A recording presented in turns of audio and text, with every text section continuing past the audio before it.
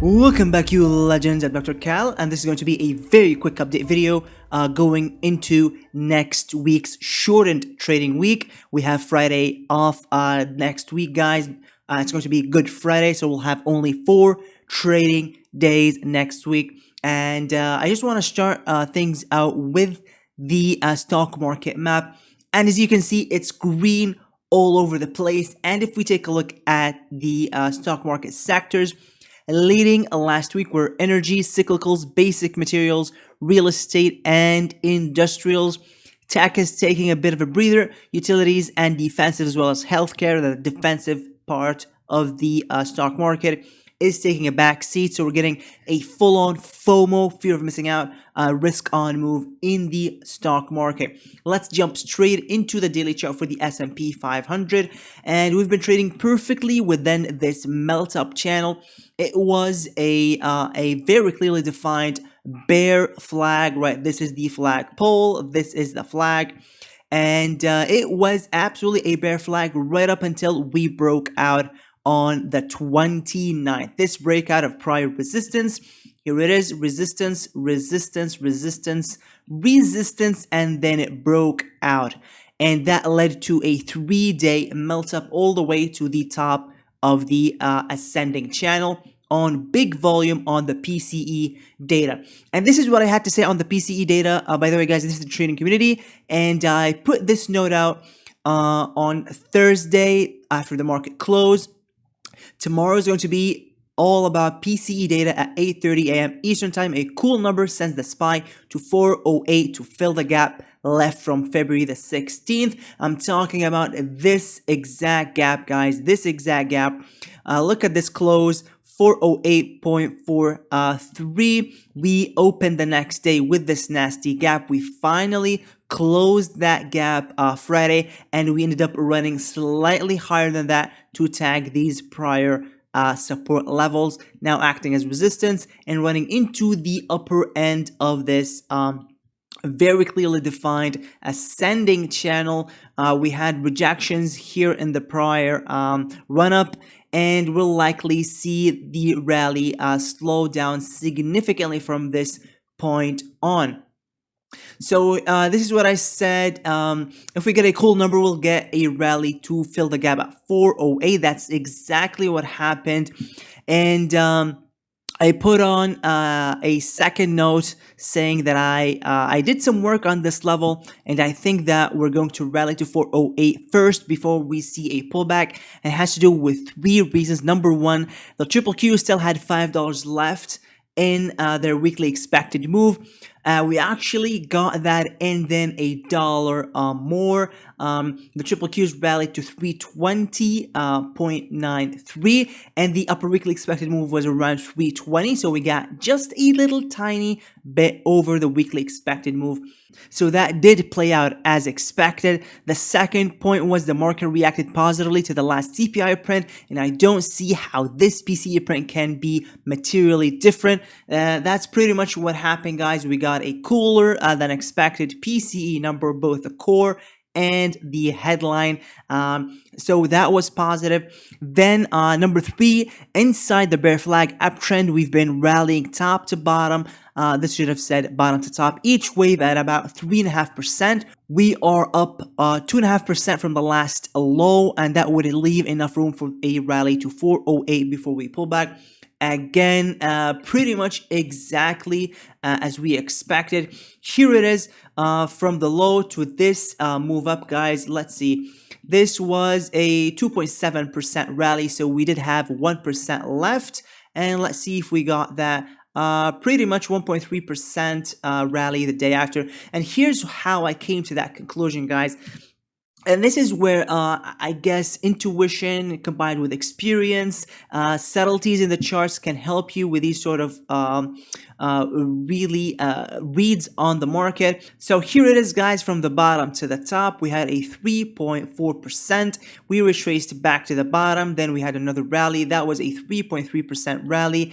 And then again, we tagged the bottom here, and we had, let's see, a 4% rally. So if I put on here, let's see, So let's put on a price range here so we can compare each move to the upside. 3.3% here, 3.4% on this one. Let's see here, 2.5% before seeing a retracement. Now, the market looked very bearish at this point, right? Because we rejected once, had a false break, rejected again, and a third time. But something switched right here on the 28th. And I'm going to talk about that later in the video, so please stick to the end of the video to understand what changed here. Why did the market hold here after rejecting 3 times and after forming a false break top? These are usually extremely bearish, right? A double top, second high on the double top, very typical, triple rejection, and then we came back and then we rallied instead of continuing to break. And again, please stick to the end of the video to understand why exactly that happened. So again, let's see, from the bottom all the way to the top, 4%. So we went from 3.3 to 3.4 to a fake out, a bear trap, basically, right? Triple rejection, perfect double top. Then it did not have any follow through. It held the lower end of the ascending channel, and this was the first clue, guys, right? It held at the slow moving average, this purple line, held at the blue moving average, the medium term moving average, and at the fast moving average. It reclaimed it at the end of the day. So a lot of small clues, but even on the daily frame, there was a lot of clues that I'm going to jump right into in a second here. So let's take a look at the daily chart for the S&P 500. Again, rejection 4 times, then a breakout, and after that we got a melt up. Now the market did look quite bearish right up until we had this gap up on Thursday. And here's why, guys. The market had actually completed a double top here, right? This could have easily been a false break. And why do I say that? Well, because that's typical. That's typical of what the market does. If we go back and check what happened back here in February of last year, we had a double top, a slightly higher close the second day. So double top with a higher high the second time. Then we had a rejection and we came down. This time around, this double top ended up forming this breakout pattern, right, where we took out this prior resistance line, and that was bullish. We closed above the 50-day moving average. That was bullish, but we closed right at the edge of what? This prior support line. So a lot of really trend lines, support lines, resistance lines, a lot of stuff happening. What really gave it away was this gap up and the failure to fill the gap to the downside. That was very bullish, and that's one of the many reasons why I expected the market to continue to rally on PCE Friday, and that's what it did. And that's when I put out that note after the market closed on Thursday that I expected the market to continue to melt up on Friday. So that's the daily chart. So what's been going on really is that we've been doing this systematically, right? We would get a rally, a high, a second high, a higher high, then a break of a trend, and then we would make a new low, a high, a higher high, break of trend, new low, a high, a higher high, a break of trend, not yet a new low. We're still getting one more cycle here, one more buying cycle ahead of earnings. That'll be probably starting about at the middle of April, about the third week of April, we'll start to see some banks reporting. So this is a purely speculative rally ahead of earnings. And that's kind of what you want to see, right? You want to see the market rally ahead of earnings so that when earnings come around, the market will have already rallied to resistance and it will provide a very nice shorting opportunity. This could end up being, guys, a 3 drives at a high, right, with 3 consecutive lower highs on the PPO. That could potentially be what's going on here. I'm not really favoring a head and shoulders top here, and that's because this impulsive rally has been much stronger than would have actually required for a head and shoulders top. So I'm favoring now a 3 drives at a high with a triple negative divergence, we will likely continue to rally. And I'm saying that, guys, because I'm seeing really objective targets and things like the triple Qs from this double bottom formation. The full measured move on this double bottom takes the triple Qs all the way up to these prior highs to fill the gap almost exactly. Look at that. It's impossible this is a coincidence. Almost perfectly to the gap here at 332. And this is the full measured move. The way you'd extrapolate this, guys, is that you would take the distance from the double bottom, right? Here it is, the double bottom, very clean, higher low on the PPO on the second bottom here. And you would measure it from the neckline. The neckline is exactly here, right where we had a rejection once, twice, 3 times. So this is the neckline at 293. You'd extrapolate double the distance, and that would give you the objective target for this double bottom. And so we still have, let's see, about a 3.5% left on the upside in the NASDAQ, in the triple Qs, before we complete this full measured move. And if we continue to see a rally in the S&P, let's see even a 2% rally, that will take out this prior high, and that would invalidate a head and shoulders formation. That's why, again, I'm favoring a 3 drives at a high. So a high here, second one, and a third one here ahead of earnings. And again, a triple negative divergence. That's now the most likely scenario that we're going to see, especially as you see this low volume rally ahead of earnings. So if we take a look at the 1 hour chart, where is the market going to go next week? Well, we do have a few possibilities here, but overall, really, this point in the rally is a terrible, terrible point to go long. Really, we are so far away from all of the moving averages. We are at the top end of the ascending channel. We have already filled the gap. So all sorts of resistances, and then you look at the stochastic, very, very overbought, very overextended. The PPO, again, very overextended. Look at this level. We topped every time we hit this level on the PPO. Here it is, boom, the market topped here. Here it is, boom, the market topped right here. And again, top and the top. So the rally is very likely now to either slow down and form a bull flag, really something that looks like this, or even more likely, a retracement back to the bottom of the ascending channel to find support either at the slow moving average or the medium term moving average. I do favor the scenario of a retracement back all the way to, let's see, 398. Well, why? Well, we had rejection once, twice, 3 times, then we gapped and left this nasty gap to the downside. So a minimum retracement target would be to revisit this prior resistance line, now a support line. So this is a key pivot point. So a pivot point, guys, is where the price action changes from either resistance to becoming support, or the opposite, where it changes from being support to becoming resistance. In this case, it was a very strong resistance, very clearly defined, once, twice, 3 times.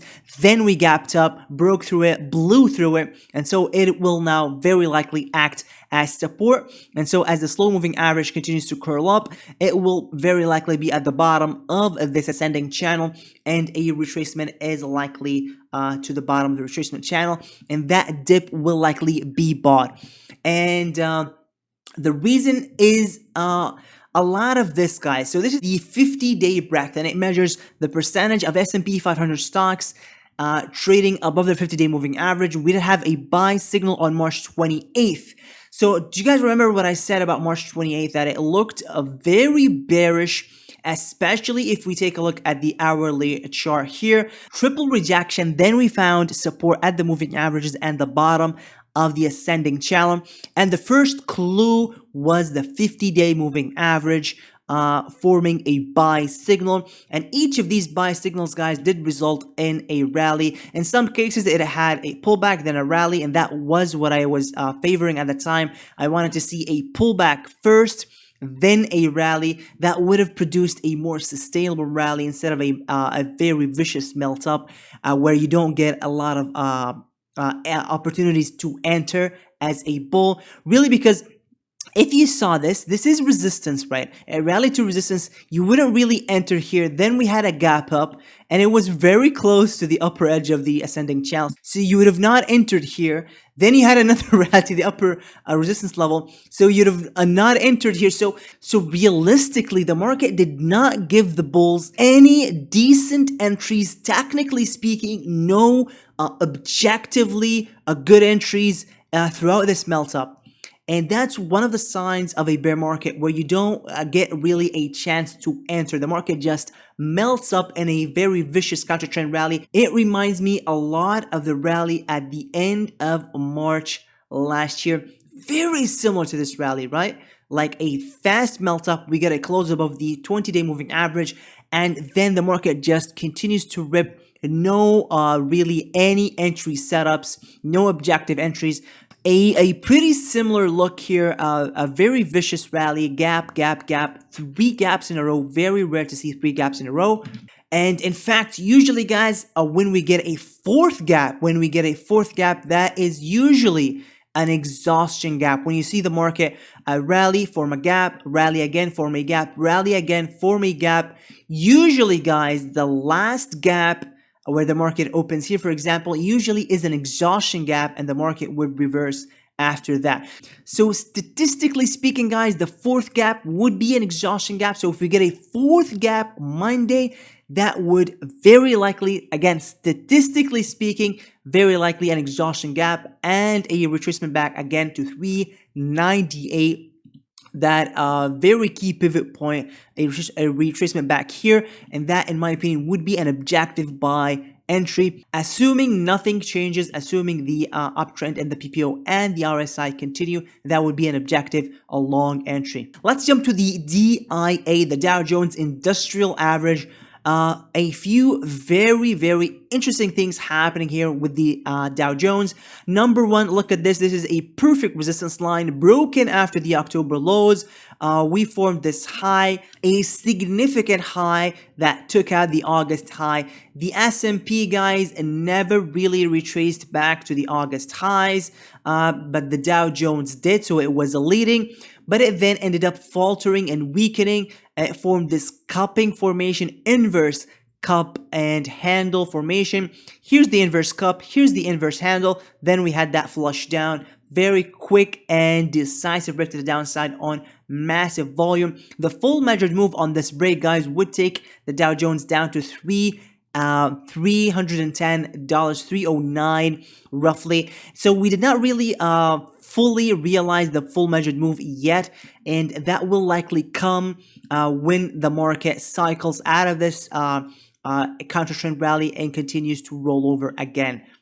We had again a break, then we had, very interesting, look at this, a retest of this prior resistance line. So the market is now liking this level, it is liking this back test, but very likely again, if we extend this level back here, it opens the door for another retest in May to realize the full measured move on the Dow Jones. Now let's take a look at the weekly chart and look at this melt up higher. 3 consecutive green candles. Usually the fourth is a sideways candle or a retracement candle. Case in point, here it is. Up, a very big up move, retracement, the third candle. Here it is, very big up move, retracement, the third candle. A very big up move, very big retracement on the third candle. Again, 1, 2 retrace. In this instance, guys, we had a 1, 2, 3 no retracement. So we'll likely see either sideways, some consolidation, or a pullback to 398, that level that I talked about on the hourly chart here. This week, especially as we have a lot of economic data drops coming out this week. But let me circle back to these at the end of the video. I want to talk about the VIX, guys. In the last video, I talked about the VIX forming this descending wedge formation, falling wedge, a bottoming bullish structure. We did get the breakout that I expected, but the breakout failed very soon afterwards. And here's the note that I put out after the failure of the breakout. Here it is, quick update on the VIX. The VIX had a very minor breakout yesterday out of the fallen wedge that I discussed in the last video. The breakout failed really to do much damage to the SPY. All we got was a $3 retracement. This was one of the hints that really told me the market was likely to rally to 408 before it pulls back to 398. And so far, the market did play out that way, right? It rallied to 409, so slightly overshot that 408 level, slightly overshot that gap fill level. And again, it will likely find some trouble here.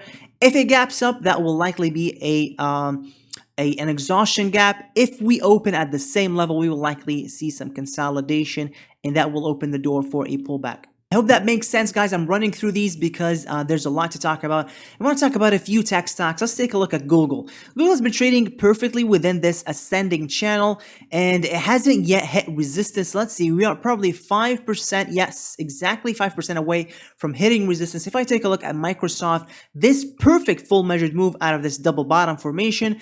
By the way, guys, these charts for Microsoft, Google, etc., I share all of these with the trading community. Link in the description to join if you want to check it out. And the full measured move on Microsoft, let's see, is 2.5% away, and we will really go back to these prior highs from August. Let's take a look at Apple. Again, very close to hitting this resistance, 1.1%. This is a key resistance level, guys. Look at this. Rejection, rejection, rejection. We will likely see again a rejection with a massive negative divergence ahead of earnings. So a recipe for disaster, really. A recipe for some really ugly things to happen in the back half of April and in May. So I wanted to show you guys all of these because, again, the Q's 5% away, 3.5% away, yes, 3.5% away from realizing the full measured move. Google, Microsoft, Apple, all really within spitting distance from major resistance levels. So there's still some steam left in this rally, but not a lot. So be very careful in the days ahead, especially again as we enter the mid part of April, which tends to be somewhat weaker. The beginning part of April, the first couple of weeks tends to be good. The second couple of weeks tend to be much weaker.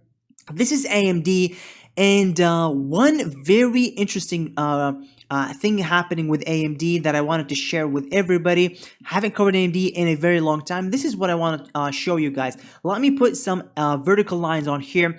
Here it is. Histogram goes from green to red. I need to switch this to red. Let me point out every single time this has happened because there's something interesting that I want to share with all of you. Here it is, green to red, green to red, green to red. Let's do that again here, green to red. Let's do that again here, green to red. And here's the trick. One of the really amazing things about AMD is that it can tell the future. Here's what I mean, guys. Let me put the SPY on here. This is the S&P 500. Look at every single time AMD went from green to red. The market sold off, the market sold off, the market sold off, the market sold off. So AMD has this very peculiar tendency to top, to give you this hint ahead of the market that something nasty is going to happen pretty soon, right? Every single time. Look at this. Green to red, top, green to red, top, green to red, top, green to red, top. And even here, green to red, market top. So I'm not saying that the market has stopped. I don't think I have enough information to say that quite yet, especially as some stocks in the triple Qs, the NASDAQ, still have some tiny bit of steam left in them. But we're pretty close to hitting a top. For example, look at this. AMD red to green. The market ended up topping about a week later. So very interesting, right? Here the market topped exactly a day prior to that signal. Here the market topped a few days before. Here the market topped about 3 days prior. And if you compare these dates, just open this chart up, put on the PPO, just compare these dates to the SPY, you will immediately notice that AMD switches from green to red before the SPY does. Before it does, about 2 to 3, sometimes 4 days earlier than the S&P. So it serves as an early warning sign. With that said, AMD could still rally ahead just a tiny bit, complete a double top and come back down from that point on. So that's one of the early warning signs that something is afoot with this rally. I want to jump into Tesla. This is a setup that I shared in the trading community, the setups channel. I do have a trade setups channel. I think I shared half a dozen different bullish setups the last 3 days or so. This is one of them. Some of them have already realized their targets with very specific entries and exits. Here's a trade setups that I shared. This is Tesla, and it's flirting with a breakout here. If it succeeds, it will go to $200 immediately and rally to 214 from there. Here's what I saw in this chart. There was this very clear bull pennant. What is a bull pennant? Well, you have this flag pole, then you have this flag, and it looks like a pennant, a triangle. And here's what I was looking at. If you draw a resistance line that connects the tops, you had this very, very sneaky candle. And what confirmed the breakout was the open up higher than this prior candle above this resistance line. If you noticed, we never had any open above this resistance line until Friday, and that triggered the rally in Tesla, and it will likely continue to move up to 214, 215 to form a double top. Why do I say that? Well, we had an identical setup. Here it is, triangle. We had a breakdown, then we had a recovery, and Tesla rallied all the way up to form a double top. So that's sort of what I'm expecting, especially with stocks like Microsoft, Apple, Google, the triple Qs, etc. All of these vehicles are getting super close to that major resistance level and a full measured move target. So a lot of confluence here. Now, NVIDIA, I have a lot to say about NVIDIA. I'll probably need to do a separate video about NVIDIA. But NVIDIA, again, at a critical resistance level. Why do I say that? Let's put a horizontal line. Boom, here. Why here? Well, let me show you. Here it is, rally, retest, rally, major breakdown, backtest, fail, breakdown. Then another rally, breakdown, rejection, and move down. So this is going to be a major resistance level at about 280 on NVIDIA, and it will likely again somewhere in that range of 3 to 5% as Google, Microsoft, Apple, triple Qs, etc. all of them achieve their full measured moves. NVIDIA will very likely have this significant negative divergence. Boom. Here it is, high on the PPO, lower high on the PPO, and so massive negative divergence. So something very likely that looks like this, a break below this prior resistance line or a support line, then another rally, a double top with another negative divergence, and then we will see very likely a major break in NVIDIA. Not yet ready for a short, but it's getting there. I want to share this chart, guys. This is a brand new indicator that I developed over the last several weeks, really. And I had to develop this indicator because the HYG, the smart money indicator, was putting out a lot of false signals. Let me show you what I'm talking about. Usually, guys, when the HYG, the smart money, makes a higher low, here it is, a low, a higher low, that's a bullish divergence versus the S&P making a low, a lower low. Usually that resolves to the upside, right? And it happens systematically. Here's another example, low, higher low rally where the S&P made consecutive lower lows. And another one here, guys, low, higher low rally, low, lower low. So another positive divergence. Here's the problem, guys. If I take a look at the negative divergences, including this negative divergence that recently developed. Look at this. This is the HYG. Very obvious negative divergence. Here it is. Low, lower low. S&P low, higher low. So this negative divergence was supposed to break to the downside, but it did not happen. It did not happen. We had a lot of bullish signals trigger on the day of the 28th. And that invalidated this negative divergence. And this is one of the many reasons we had a bunch of these. We had a bunch of these where the HYG was giving out a false bearish signal. So I had to develop this new an indicator that's derived from the bond market. It looks at risk appetite in the bond market. So instead of using HYG, I use something else. I'm not going to get into a lot of details here, but the way that this indicator works is that when risk appetite in the market goes up, you'll see this this indicator switches from green to red, right? When risk appetite increases, you see the switch from green to red. And when risk appetite subsides and you see a run towards safety, you see a switch from red to green. So every single time we get an uptick in risk appetite where money exits out of safety, you see this crossover on the PPO. By the way, this is a special variant of the PPO that I tweaked specifically to iron out any false signals in this indicator. And here's how it works, guys. Green to red, boom, signals a buy signal. You get a pullback and a rally. Again, boom, buy signal, pullback, rally. Buy signal, no pullback, rally. Buy signal, no pullback, and a rally. So, interestingly, look at this. The December bottom and now this March bottom, no pullbacks, just melt up, melt up, melt up. Again, very likely because this entire move from the October low to likely a new high here is a single wave. That's why we did not get any double bottom formations, no pullbacks on these. Why? Because these are the pullbacks. This entire move is the pullback. So you're not getting a small pullback within the pullback, right? For example, here what we had was a double bottom, right? We had a buy signal here, then a pullback, you could enter. Here's another one.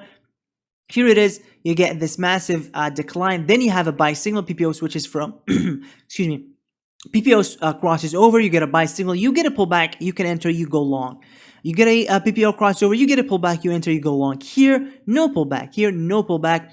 Very likely because this entire move is a single Elliott wave that will end up being a 3 drives at a high, triple negative divergence, and a breakdown. So again, this was one of those bullish hence. Then we had that 50-day breadth crossing over another bullish hint. Then we had the 200-day crossing over. Then we had the 200-day, not of the S&P 500, but the entire stock market. It also crossed over. It found support at the 200-day moving average, double bottom, rally. And again, 3 drives at a high is the likely scenario. This is the S&P 500 down below, and up top is the breadth indicator. Same thing here with all these charts, guys. Up top is the breadth, and below is the S&P. Right, every single time we had a crossover on the on breadth, we had a buy signal, pullback, rally. Here, rally, no pullback. Here, rally, no pullback. Same thing here, guys, with the 200-day buy signal, pullback, rally. No pullback, continued rally, no pullback, continued rally. Now let's take a look at the summation index, another indicator that switched from, again, here it is, red to green with a crossover on the summation index, and another buy signal. This is one of the best indicators to really identify uptrends and boom, cross down, downtrends. Right? Cross up, uptrend, cross down, downtrends. Pretty simple. Usually, guys, the market does bottom ahead of the crossover and it does top ahead of the crossover. So you would need to be a very conservative trader to use this indicator successfully. You cannot really front run the signal, because if you did, for example, here, you had another rally and another rally and another rally before you got the final top. Let's take a look at the CPC put to call ratio, buy and sell signal. This is sort of what I was looking for: a head and shoulders top here, a head here, a shoulder here, another shoulder right here. But we did not get a decent pullback to go long, just a melt up. Very difficult for bulls to go long here. Even worse for the bears to go short. Very messy price action. No structure, especially after the 28th, where we had one gap after the other. Here it is, one huge gap, another gap, another gap. Just really nasty, messy price action. In fact, my last In fact, my last trade this month was on March the 27th.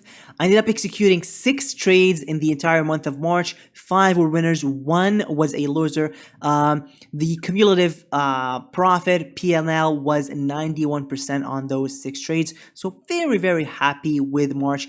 I'll go into a lot of detail into exactly what I did in March. I'll need to make a separate video to discuss those trades in much more detail pretty soon here.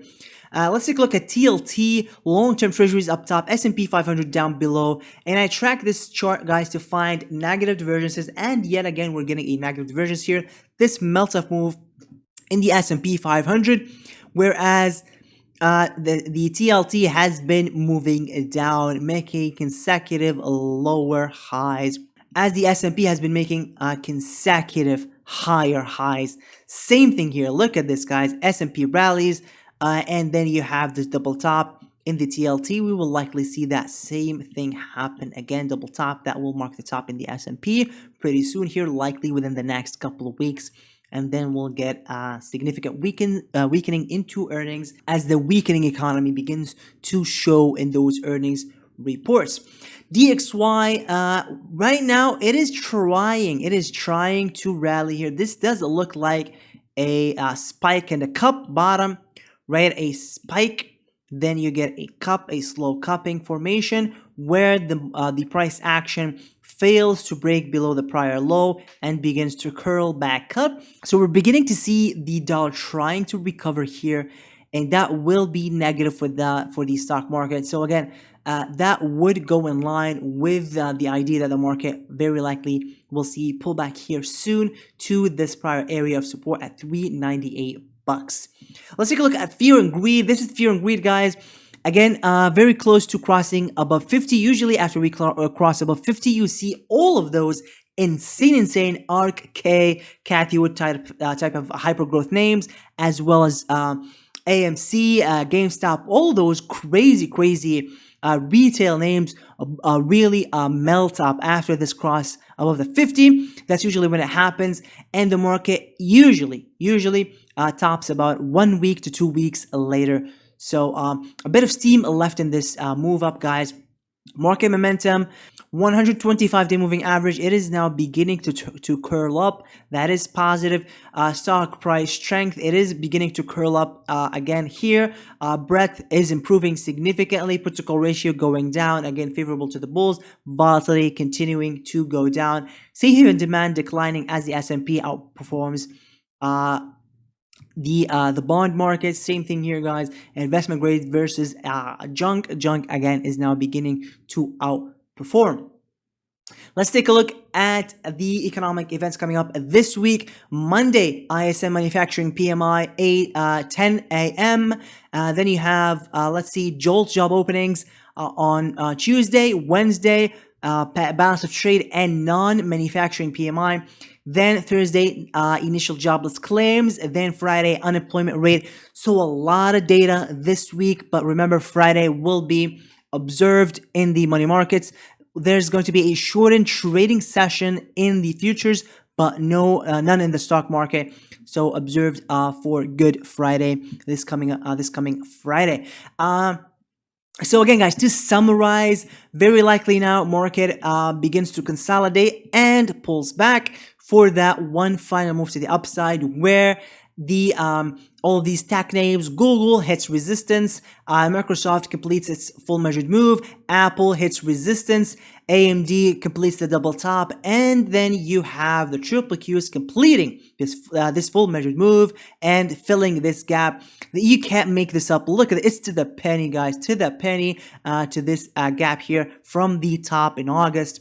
Very likely. So pullback, consolidation, pullback, and then continued rally to fill those gaps. Alternatively, we could just continue to melt up, no pullback, and that would be more bearish. That would be significantly more bearish if we don't get a pullback here soon, because that would just stretch the price action too much, and that would resolve in a much bigger downdraft after that. Because guys, more price is elastic up to a point. It's like stretching a rubber band. The harder you stretch it, the more ferocious it comes back, right? That's all I have for you today, guys. Thank you so much for watching, and I'll catch you in the next one. And that's going to be 2 upcoming videos, guys. One to talk about the most successful trading strategy that I found so far for me in this incredibly uncertain market and economy. And the second video is going to be about really drilling down into the technicals and fundamentals, putting them together to find where the market could turn. Has it bottomed? Is the bear market over? And what my projections are for the next 9 to 12 months. So that's all for today, guys, and I'll catch you in the next one. Bye-bye. Oh, wow.